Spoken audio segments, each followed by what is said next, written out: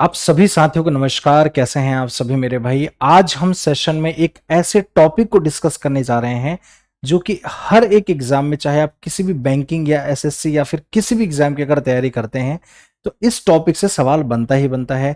और आप सभी लोगों ने विजय माल्या का तो नाम सुना ही होगा, आपने एनपीए सुना होगा, आपने एआरसी सुना होगा, आपने एनएआरसी सुना होगा, आपने इसमें सुना होगा सरफाइसी एक्ट के बारे में सुना होगा, कोलेटरल सुना होगा, मॉर्टगेज सुना होगा, प्लेज सुना होगा, आप सभी स्टूडेंट्स ने हाइपोथेकेशन सुना होगा। आइए आज इन्हीं शब्दों को बहुत ही आसान सी भाषा में समझने का प्रयास करते हैं और यहां से हम करेंगे कंसेप्ट समझने के बाद वो सभी सवाल जो आप सभी के अलग अलग बैंकिंग एग्जाम में पूछे गए हैं। तो चलिए ज्यादा समय ना लेते हुए शुरुआत करते हैं इस सेशन को। और अगर आप इस चैनल पे नए हैं तो मेरे भाई सब्सक्राइब जरूर कर लीजिएगा, और हाँ, सेशन अगर पसंद आया हो तो आप सभी लोग लाइक भी जरूर कीजिएगा और अपनी राय जो है वो लास्ट में कमेंट बॉक्स में जरूर लिखिएगा और मुझे बताइएगा अगर और भी किसी अलग टॉपिक पे अगर आपको वीडियो चाहिए होगा तो। ठीक है, तो चलिए हम शुरुआत करते हैं अपने इस सेशन की। साथियों, आप सभी लोगों ने एनपीए का नाम सुना होगा, नॉन परफॉर्मिंग एसेट। ठीक है, आपने ये वर्ड जरूर सुना होगा, नॉन परफॉर्मिंग एसेट। देखिए, इसको ना थोड़ा सा हम लोग बेसिकली अगर देखें एक एग्जांपल से समझते हैं। जैसे मान लीजिए कोई भी एचडीएफसी एक बैंक है। ठीक है, एचडीएफसी कोई एक बैंक है। अब ये जो एचडीएफसी बैंक है इसको हम नॉन परफॉर्मिंग एसेट क्यों बोलते हैं, ध्यान से समझिए। ये जो एचडीएफसी बैंक है, इस बैंक ने किसी एक व्यक्ति को लोन दिया, उस व्यक्ति का नाम है एक्स, उस व्यक्ति का नाम है एक्स।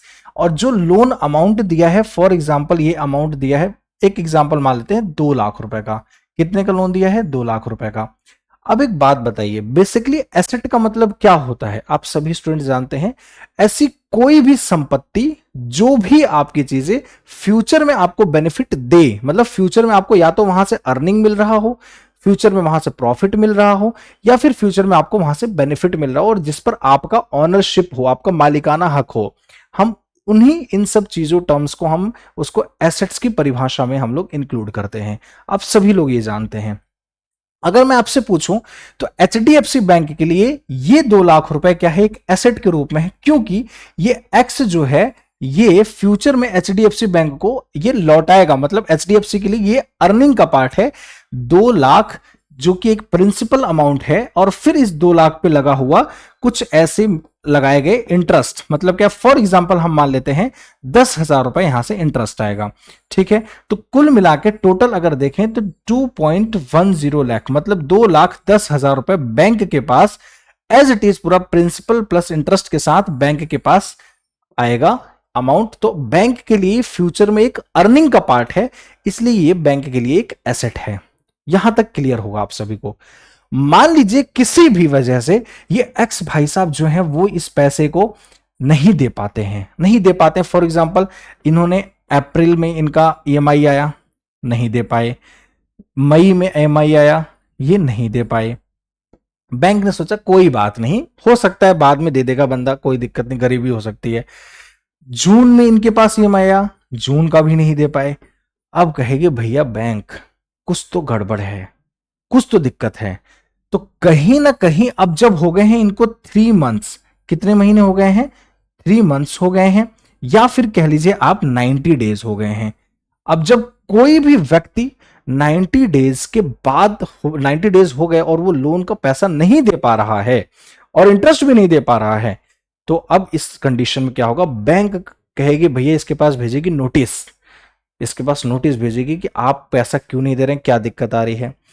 अब जब नोटिस भेजेगी तो 60 दिन का नोटिस भेजेगी, और नहीं दे पा रहे तो अब क्या करेगी? बैंक इसको एनपीए घोषित कर देगी। क्या घोषित कर देगी? भैया तुम तो मेरे एक ऐसे टाइप के एसेट हो, ये बैंक कह रही है। किसको कह रही है? इस एक्स को, कि तुम तो मेरे ऐसे टाइप के एसेट हो जो कि परफॉर्म नहीं कर पा रहे हो अच्छे से। परफॉर्म नहीं करने का मतलब, जो एसेट सोचकर मैंने तुम्हें ये दिया, अब तो तुम वो पैसा मुझे दे ही नहीं पा रहे हो। तो ये कहीं ना कहीं तुम एक एसेट का जो रोल है वो परफॉर्म नहीं कर पा रहे हो।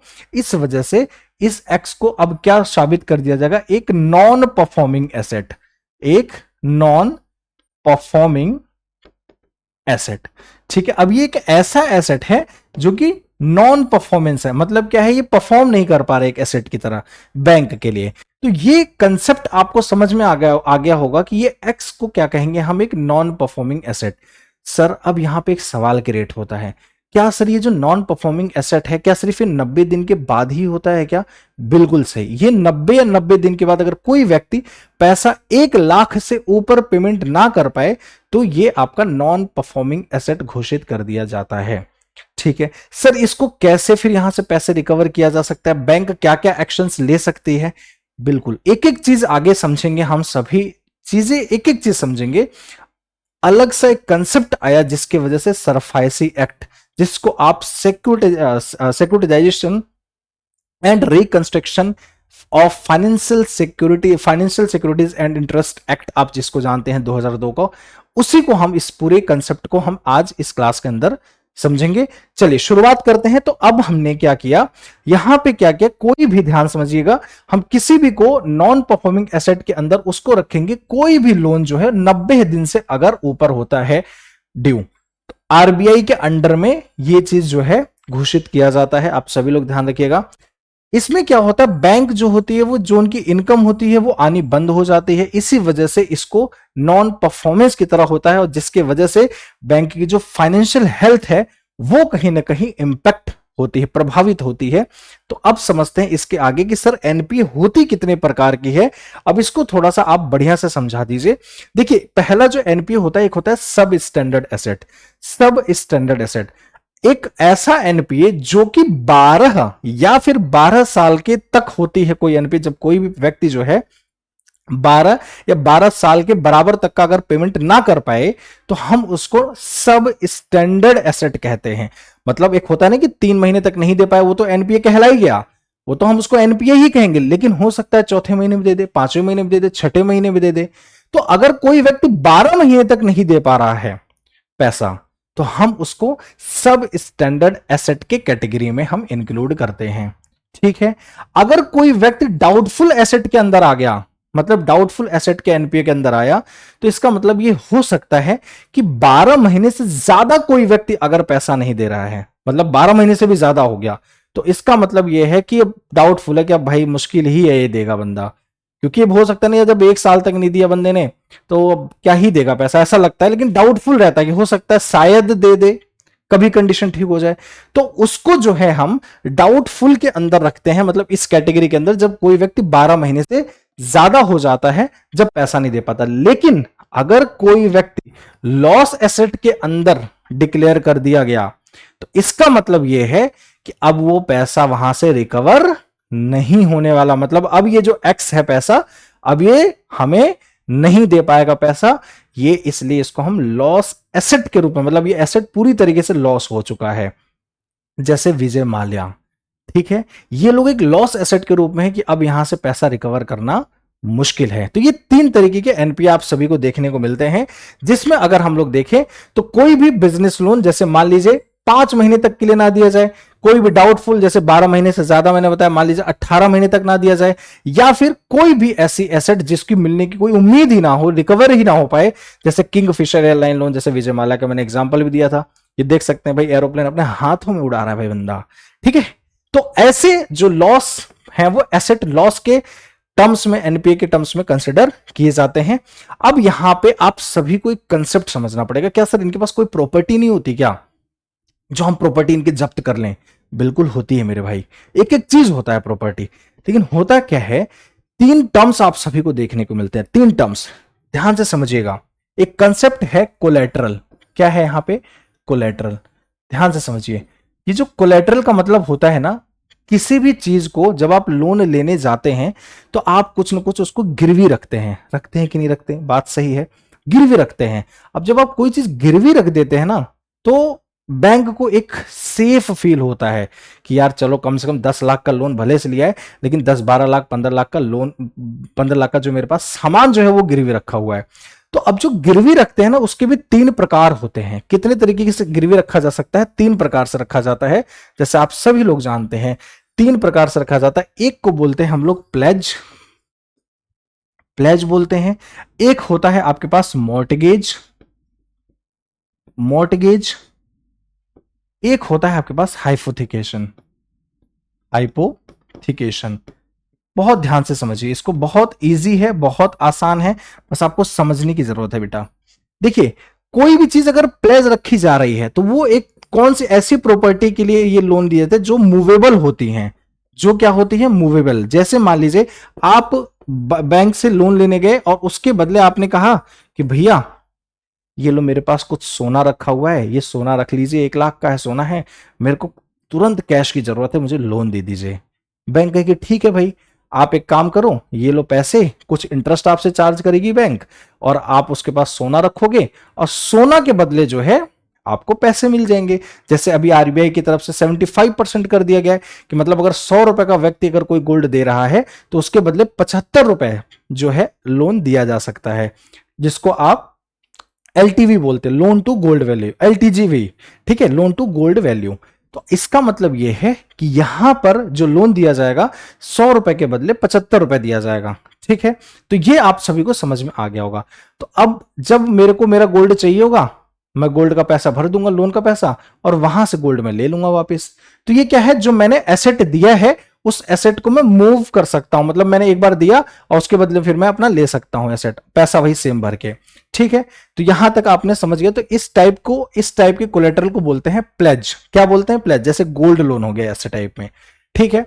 मॉर्टगेज जो होता है वो होता है इमूवेबल प्रॉपर्टी के लिए, ठीक है, इमूवेबल प्रॉपर्टी, इमूवेबल प्रॉपर्टी, ठीक है मेरे भाई, यहां तक क्लियर है, कोई दिक्कत तो नहीं है।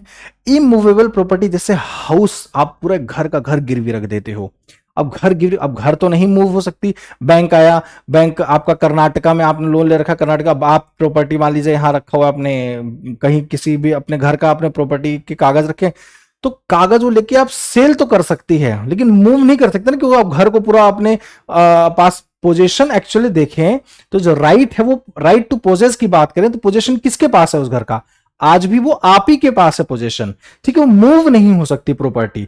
तो जब कभी हम लोग ऐसे टाइप की प्रॉपर्टी एक लोन लेने के लिए गिरवी रखते हैं तो वो इमूवेबल होती है, मतलब मूव नहीं कर सकती एक जगह से दूसरी जगह। ऐसी टाइप की प्रॉपर्टी को बोलते हैं इमूवेबल प्रॉपर्टी। और अगर ऐसी टाइप की प्रॉपर्टी अगर गिरवी रखी जाती है किसी भी लोन को लेने के लिए तो इस टाइप के लोन को बोलते हैं मॉर्टगेज करना, ठीक है, मॉर्टगेज करना, इस टाइप की गिरवी को बोलते हैं मॉर्टगेज करना। और हाइपोथिकेशन होता है मूवेबल, ये भी मूवेबल होती है। अब ये मूवेबल कैसे होती है ध्यान से समझिए। लाइक जैसे कार लोन, आप कार पे लोन ले लिए, आप टाइम से ईएमआई नहीं भर रहे हो भैया, आपकी ये कार जो है वो जब्त कर ली जाएगी। अगर ईएमआई नहीं भर रहे हो तो जब्त कर ली जाएगी भाई, मूवेबल है, रख लेगी, और उसके पास राइट है, आपके पास कंप्लेन कर सकते हो, 45 दिन का आपके पास ऑप्शन रहता है, बट अगर उसके पास राइट है कि आपके कार को वो बेच सकती है, उसके पास पोजीशन है इस बात का, मतलब उसके पास अधिकार है।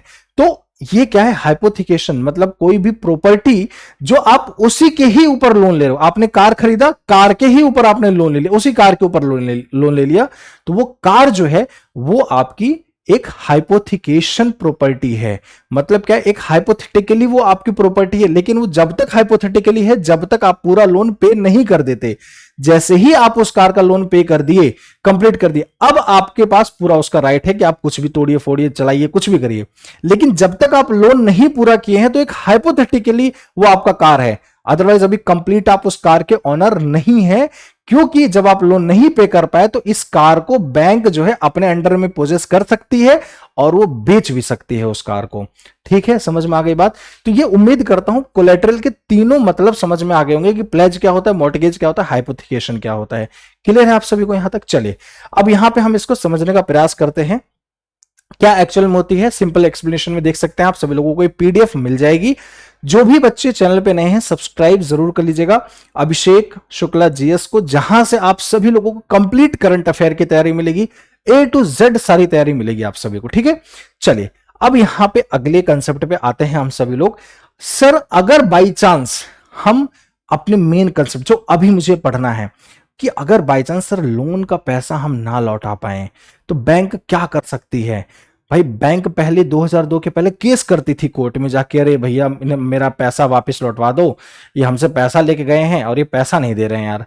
तो बैंक पहले ये करती थी ऐसे, लेकिन 2002 में इस कोर्ट का बर्डन कम करना और बैंक के पास खुद का अब इतना राइट है कि वो एक्शन ले सकती है, इसी वजह से एक नया एक्ट 2002 में पारित किया गया जिस एक्ट का नाम है सरफायसी एक्ट। क्या नाम है इस एक्ट का? SARFAESI act, securitisation and reconstruction of financial assets and enforcement of security interest act 2002। ये 2002 में सरफायसी एक्ट लॉन्च किया गया कि अब जो है कैसे बैंक अपने कर्ज वसूलते हैं वो भी बिना कोर्ट जाए, उसको हम इस क्लास के अंदर अब पढ़ने जा रहे हैं। क्योंकि अभी तक हमने ये पढ़ा एनपीए क्या होते हैं, लोन कैसे वापस नहीं देता कोई व्यक्ति, नहीं होता है, तो अब क्या करेगी बैंक, इसको पढ़ते हैं। तो सरफायसी एक्ट लाया ही इसीलिए गया था कि जो है इसमें जो बैंक्स हैं और जो भी फाइनेंशियल इंस्टीट्यूशंस हैं उनके पास वो पावर मिल सके जिससे एनपीओ को, एनपीए मतलब नॉन परफॉर्मिंग एसेट्स को वो रिकवर कर सके विदाउट कोर्ट जाए। कोई केस वेस नहीं करना है, अपने अकॉर्डिंग जो उनको सही लगता है वो एक्शंस वो ले सकते हैं अपने पैसे को रिकवर करने के लिए। ये नहीं कि डंडा लेके मार रहे हैं, ये सब नहीं, एक लीगल तौर पे। ठीक है, ये बात ध्यान रखिए। इसके बाद ये इससे क्या होगा, आपकी जो लोन कवर करने की जो प्रोसेस है वो थोड़ा जल्दी हो पाएगा। अगर आप कोर्ट में जाते हो, कोर्ट के चक्कर काट रहा है, जो बोरोवर है वो भी, बैंक के जो बैंक है वो भी, तो इसमें टाइम बहुत लगता था। तो अब जब बैंक के पास खुद के पास अपना ऑप्शन आ गया कि भाई तुम अपना पैसा जैसे चाहो वैसे कवर कर सकते हो, तो उसके पास भाई ये है, अथॉरिटी है कि तो वो जो भी एक्शन लेना चाहे ले सकती है, उसके प्रॉपर्टी को बेच सकती है, पोजेस कर सकती है, कुछ भी कर सकती है अगर उसके ऊपर। लेकिन हाँ, ये सरफायसी एक्ट ध्यान रखना किसके ऊपर लागू होता है, वो लोन, पहली बात जो कि 1 लाख से ऊपर हो, ध्यान से इसको लिख लीजिएगा, जो भी लोन जो है वो 1 लाख के ऊपर होना चाहिए, लोन की वैल्यू 1 लाख के ऊपर हो, और वो भी सिक्योर्ड लोन होना चाहिए। क्या होना चाहिए? सिक्योर्ड लोन होना चाहिए। ये बात ध्यान रखिए, बहुत इंपॉर्टेंट है, इस पे सवाल पूछा गया है आपके आईबीपीएस पीओ में। ठीक है, सिक्योर्ड लोन होना चाहिए मतलब क्या है, उसके बदले कुछ ना कुछ प्रॉपर्टी गिरवी होनी चाहिए, तभी आपका सरफायसी एक्ट लगेगा, अदरवाइज नहीं लगेगा, और वो भी 1 लाख के ऊपर होना चाहिए। ठीक, तो आप सभी लोग ध्यान रखेंगे, ये एम्पावर करता है बैंक और फाइनेंशियल इंस्टीट्यूशंस को किस चीज में, कि रिकवर कर सके जो भी एनपीएस हैं कोर्ट के पास जाए बिना, और कोर्ट के ऊपर जो बर्डन है उसको भी ये कहीं ना कहीं कम करता है। अब यहां पे देखें किसकी जरूरत ही क्यों थी, क्योंकि इसके पहले क्या था, कोर्ट में जाता था बैंक, वहां पर अपनी कंप्लेंट डालता था, जिसकी वजह से प्रोसेस जो है बहुत धीरे धीरे, आप जानते ही हैं कोर्ट का हमारे देश का हाल, तो ये चीज है। इसके वजह से क्या होता था कि जो एनपीए होते थे वो धीरे धीरे और भी ज्यादा बढ़ते थे। कहते कि क्या, कोई दिक्कत नहीं, ज्यादा ज्यादा क्या होगा, बैंक केस कर देगी, और केस करके क्या होगी, पैसा नहीं लौटाएगी, हम नहीं लौटाएंगे, केस कर देंगे, हम भी चक्कर काटेंगे, वो भी चक्कर काटे, पैसा हमने जो कमाया, जो हमने लिया था इससे, उस पैसे से जो हमने मौज लेना था ले लिया हमने, कोई दिक्कत नहीं, अब नहीं लौटाएंगे पैसा, वो भी चक्कर काटे, हम भी काटेंगे। तो कहीं ना कहीं वो एफिशिएंसी कोर्ट की ओर नहीं मिल पाती थी कि एनपीए को कवर कर सके बैंक्स के लिए, जिसके वजह से बैंक का जो फाइनेंशियल हेल्थ है वो कहीं ना कहीं प्रभावित होता था, इंपैक्ट होता था, जिसके वजह से जो उसकी कैपिटलाइजेशन वैल्यू है वो कहीं ना कहीं परेशानी में आ जाती थी। तो ये कहीं ना कहीं आपके लिए, उसके बाद हमें जरूरत पड़ी कि कोई एक ऐसा एक्ट लेकर आया जाए जिसकी वजह से यह साबित किया जा सके कि हम अपने पैसे को रिकवर कर सकें। ठीक है, तो ये सरफायसी एक्ट लेके आ गया, जिसके फीचर थे ये कि भाई ये सिर्फ और सिर्फ, ये ध्यान रखिए, मैंने क्या बोला था ना बेटा, इसको नोट करके रखिएगा, मैंने कहा था ना ये सिर्फ और सिर्फ सिक्योर्ड लोन्स के लिए होता है, और जो लोन है कम से कम 1 लाख रुपए का होना चाहिए, और इसमें कोई भी कोर्ट का इंटरवेंशन नहीं होता है। और ध्यान रखिए, ये बैंक को अलाउ करता है, क्या अलाउ करता है, कि वो एसेट को सेल कर सकती है, टेक ओवर कर सकती है, और जैसे चाहे वो उस एसेट को मैनेज कर सकती है, वो सारे उसके पास अधिकार है मेरे भाई, ध्यान रखिए, बैंक के पास पूरा का पूरा अधिकार है इसका। ठीक है, तो ध्यान रखेंगे इस बात को। ये आपके सरफायसी एक्ट के फीचर्स हुए। अब इसके अंदर कुछ ऐसे इंपॉर्टेंट सेक्शंस हैं सरफायसी एक्ट के अंदर 2002 का जो है, इस सेक्शन से सवाल आपके पेपर में बनते हैं। देखिए होता क्या है, जब सरफायसी एक्ट किसी बैंक, किसी एनपी के ऊपर लगाता है ना, तो खुद तो पैसा वो वसूल नहीं पाता है, तो वो क्या करता है, आपकी एक ऐसी कंपनी को, ऐसी बॉडी बनाई गई है, ऐसी बॉडी को वो बेच देता है उन एनपीओस को, जिसको बोलते हैं asset reconstruction company, ARC company बोलते हैं। जैसे मान लो मैं बैंक हूं, मैंने कहा कि यार ये एक्स कोई व्यक्ति मेरा पैसा ले रखा है भाई, ये नहीं दे पा रहा है, मैंने कहा कि मैंने आपको बोला, अब आप एक ऐसी कंपनी में कहा ये लो भैया मेरा एनपीए, ये लो मेरा एनपीए, इससे पैसा तुम वसूल लो और जो भी वसूलना फिर वो मुझे वापस दे देना, कुछ बीच का कमीशन ले लेना तुम। मैंने ऐसा बोल दिया। तो जो आपको कर रहा हूं, जो आपको दिया जा रहा है उसको बोलते हैं एआरसी। मैं बैंक हूं और जिसको दे रहा हूं वो एनपीए है। अब जब आप मुझे जो पैसे दोगे, कुछ स्टार्टिंग में कैश के फॉर्म में दोगे और कुछ जो है मेरे लिए सिक्योरिटी इशू कर दोगे, चाहे वो शेयर्स के फॉर्म में इशू कर दिया, डिबेंचर के फॉर्म में इशू कर दिया, किसी भी फॉर्म में मेरे को सिक्योरिटी इशू कर दोगे। जैसे मान लो 2 लाख रुपए का मैंने आपको एनपीए दे दिया, 2 लाख रुपए का जो है मैंने एनपीए दे दिया कि भैया तुम इससे पैसा वसूल लो। आप बोलोगे क्या, चलो ठीक है 50,000 रुपए मैं आपको कैश दे दे रहा हूं, आप मुझे दोगे, ठीक है 50,000 रुपए कैश दे दे रहा हूं और 1.5 लाख रुपए की सिक्योरिटी इशू कर दे रहा हूं। जब एनपीए में वसूल लूंगा तो बाकी तुम्हें पैसा ले लेना मेरे से। ऐसा आप एआरसी कंपनी मुझे कह रही है, मतलब आप कह रहे हो मुझे ऐसे, ठीक है। तो अब आपकी जिम्मेदारी बन गई, एआरसी कंपनी की जिम्मेदारी बन गई कि ये जो है पैसा आपको, ये जो पैसा एआरसी कंपनी जो है पैसा वो एनपीए से वसूलेगी। आइए प्रोसेस को समझते हैं क्या है एक्चुअल में। तो कुछ ऐसे सैंक्शंस हैं उसको देखते हैं। तो सेक्शन जो 13 है, सेक्शन 30 कहता है कि ये बैंक को पूरी तरीके से एम्पावर करता है कि भाई देखो आपके पास पूरा अधिकार है कि आप कोई भी एनपीए के एसेट्स को पोजेस कर सकते हो, अपना बना सकते हो और उसको बेच भी सकते हो अगर कोई भी व्यक्ति एनपीए घोषित किया गया है आरबीआई के द्वारा तो। ठीक है, कोई इशू तो नहीं है।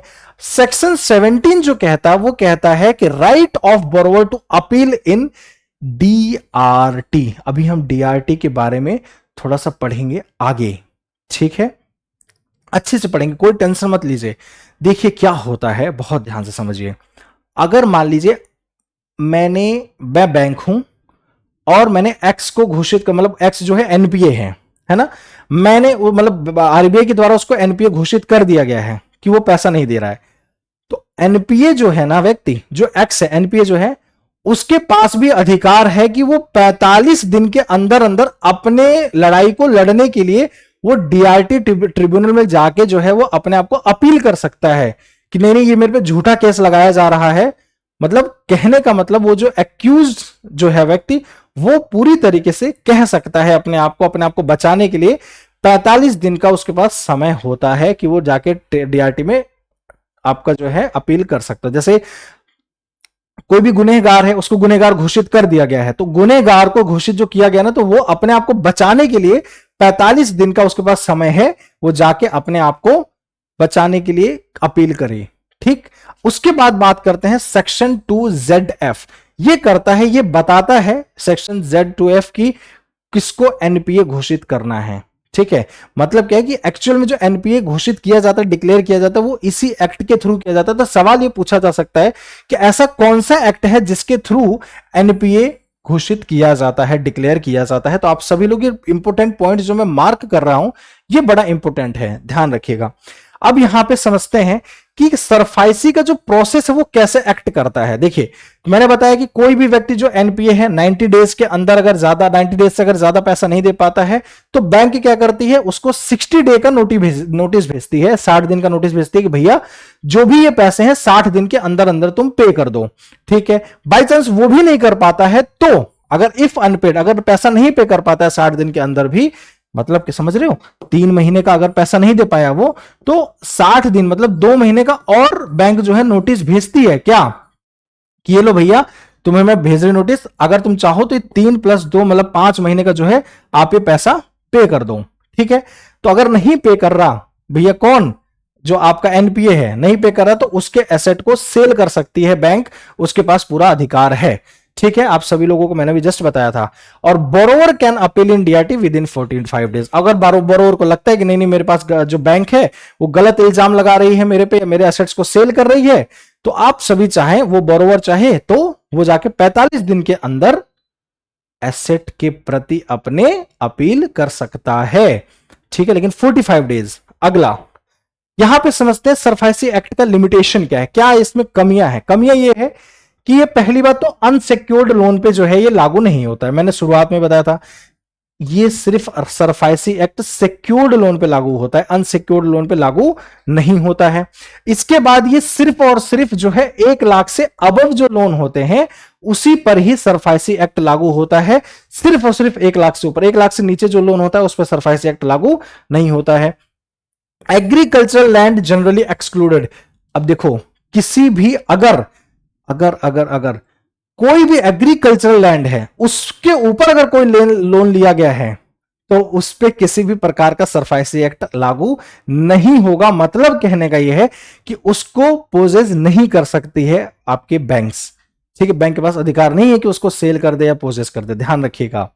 ठीक है, can be misuse by bank in some case. कुछ केसेस में क्या करते हैं, बैंक इसका मिस यूज भी करते हैं इस एक्ट का, जबरदस्ती उसके वैल्यू को अपने कह सकते हैं कि जो एसेट की वैल्यू ज्यादा होती है, तो अपने अपने का मतलब जो बोरोवर है उसके प्रॉपर्टी को हम का मतलब बैंक बेच देती है, ऐसा भी होता है कभी कभी।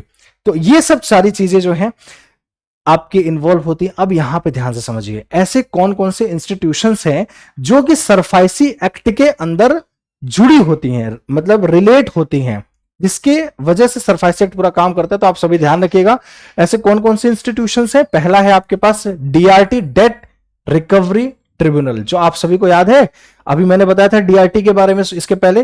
तो कभी भी बोरोवर के ऊपर अगर जो एक्ट लगाया जा रहा है सरफाइसी एक्ट, तो वो बोरोवर चाहे तो अपने आपको बचाने के लिए इस डेट रिकवरी ट्रिब्यूनल में जाके अपील कर सकता है कि देखो भैया, मेरे ऊपर एनपीए ये का एक्ट ये लगाया जा रहा है, सरफाइसी एक्ट लगाया जा रहा है, बताइए क्या कैसे प्रोसेस है, इसको मुझे अपने आप को बचाना है।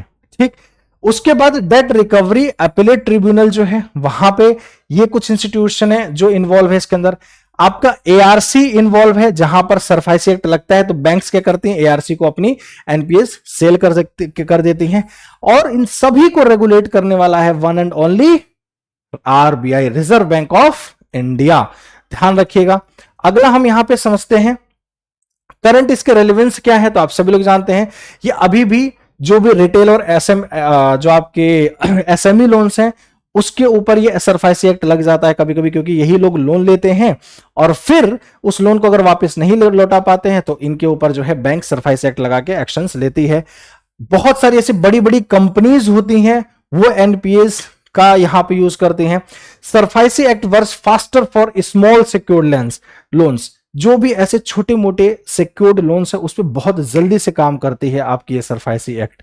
ठीक है, चलिए यहां तक हमने बहुत अच्छे से समझ लिया, सारी चीजें हमने बहुत अच्छे से समझ ली कि भैया एक अगर शॉर्ट में समझे तो ये सिक्योर्ड लोन्स पे लागू होता है, और समझे तो ये प्लेज हाइपोथेकेशन और मॉर्टगेज सब में ये लागू होता है, और साथ ही साथ अनसिक्योर्ड लोन इस पे सरफाइसी एक्ट इस पर लागू नहीं होता है। और कहीं ना कहीं जो है कोलेटरल जो है वो एक सिक्योरिटी के तौर पर बैंक जब लोन देती है तो सिक्योरिटी के तौर पर रखा जाता है। ठीक है, चलिए आगे आते हैं। ये कुछ क्वेश्चंस हैं, आप सभी लोगों को होमवर्क में कमेंट बॉक्स में करना है कि फुल फॉर्म ऑफ सरफाइसी क्या होता है, मिनिमम लोन का अंडर इसके उसमें मिनिमम लोन का अमाउंट कितना होना चाहिए जिस पर सरफाइसी एक्ट लागू होगा, which section deals with the position of asset, कौन सा सेक्शन लागू होता है जिसकी वजह से बैंक जो है किसी भी एसेट को, बोरोवर के एसेट को पोजेस कर सकती है। वेयर डज बोरोवर अपील, जो बोरोवर है वो कहां पर अपील कर सकता है। Is SARFAESI applicable to unsecured loans, क्या अनसिक्योर्ड लोन्स के ऊपर भी क्या सरफाइसी एक्ट काम करती है। तो ये कुछ आपके 5 क्वेश्चंस हैं, ये 5 क्वेश्चंस का आप सभी लोगों को आंसर करना है, ध्यान रखिएगा। सभी बच्चों को 5 क्वेश्चंस का आंसर करना है। अब यहां पे एआरसी के बारे में पढ़ लेते हैं। एआरसी क्या है, एक एसेट रिकंस्ट्रक्शन कंपनी है जिसके बारे में आप सभी लोगों को बताया कि ये एनपीए को बाय करती है, एनपीए को खरीदती है बैंक से। ठीक है, और फिर इस बैलेंस शीट के अंदर जो बैंकों के जो बैलेंस शीट है कि जिसके अंदर ये नाम लिखा रहता है कि भाई ये व्यक्ति पैसा नहीं दे पाया, उसको हटा दिया जाता है, और फिर अब वो एआरसी कंपनी उस एनपीए के पैसे को रिकवर करती है। ठीक है, ध्यान रखिएगा। और जो एआरसी है वो कुछ कैश के फॉर्म में और कुछ सिक्योरिटी फॉर्म में जो है वो बैंकों को इशू कर देती है। एआरसीआईएल, एलडीविस, एआरसी, ये सब कुछ कंपनी जो आपको आपके देश के अंदर देखने को मिलती हैं। और इसी तरीके से एनएआरसीएल भी है, national asset reconstruction companies limited भी है, जो कि काम यही करती है। लेकिन जब जो लोन है वो 500 करोड़ से ज्यादा का अगर है, 500 करोड़ से अगर ज्यादा का अगर एनपीए है तो उसके लिए एआरसी नहीं है, 500 करोड़ से कम का अगर पैसा है, लोन है, अगर कोई एनपीए है तो उसके लिए एआरसी हैंडल करती है। लेकिन अगर 500 करोड़ से ज्यादा है तो उसके लिए हैंडल करती है आपका एनएआरसीएल, ठीक है, national asset reconstruction company limited, जिसको बैड बैंक ऑफ इंडिया भी कहा जाता है, ठीक है, बैड बैंक ऑफ इंडिया भी कहा जाता है, जिसको 2021 में स्टैब्लिश किया गया था। तो आप सभी लोग ध्यान रखिए, जो बड़े एनपीए होते हैं उसके लिए एनआरसीएल बनाया गया है। बहुत स्पीड इसका रिकवरी प्रोसेस भी होता है।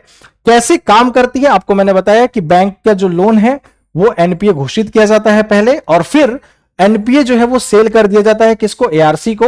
एआरसी क्या करती है, कुछ पैसा पार्शियल कैश पे करती है और कुछ जो है सिक्योरिटी रिसीट्स इशू कर देती है बैंक को, और फिर उसके बाद जो है एआरसी उस पैसे को मनी रिसीव करती है, रिकवर करती है, और फिर बैंक जो है इसका जो सिक्योरिटी रिसीट वाला अमाउंट है वो एआरसी के द्वारा बैंक को दे दिया जाता है, जो भी हमने रिसीव किया है, ठीक है।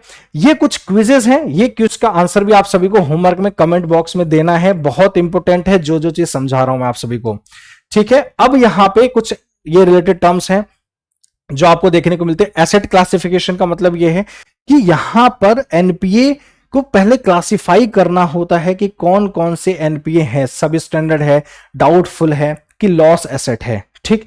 उसके बाद प्रोविजनिंग का मतलब होता है कि बैंक जो है कितना लॉस इन फ्यूचर हो सकता है उसको एक पहले से ही माइंड में एक मतलब आप समझिए कि एज्यूम करके चलती है, तो उसका पहले से प्रोविजन बना के चलती है कि यार हो सकता है मेरे को इस बार 5 लाख का इस साल नुकसान हो सकता है, तो 5 लाख का पहले से एक गुल्लक में प्रोविजन बना के चलेगी, जिससे कि अचानक से धक्का ना लगे, ओह विजय माल्या लेके भाग गया पैसा, तो भाग तो गया लेकिन कम से कम 5 लाख रुपए आपने बचा के रखा हो उसके नाम पर कि भैया हो सकता है भाग सकता है, तो प्रोविजन आपने पहले से बना रखा है, तो लॉस होगा तो सही, लेकिन उस लॉस को रिकवर करने के लिए आपको थोड़ा बहुत पैसा पहले से रखा हुआ है आप ही का पैसा, लेकिन थोड़ा सा माइंड सेट के साइकोलॉजिकली वो आपको थोड़ा सा रेस्ट देगा, ठीक। राइट ऑफ करने का मतलब क्या है, जब वो कोई भी एनपीए को बुक से हटा देना, रिमूव कर देना कि भैया ये पैसा हमें नहीं मिल पाएगा, या फिर मिल गया तो उसको रिकवर कर देना, तो राइट ऑफ करने का मतलब खत्म कर देना एनपीए को, this is what called right of.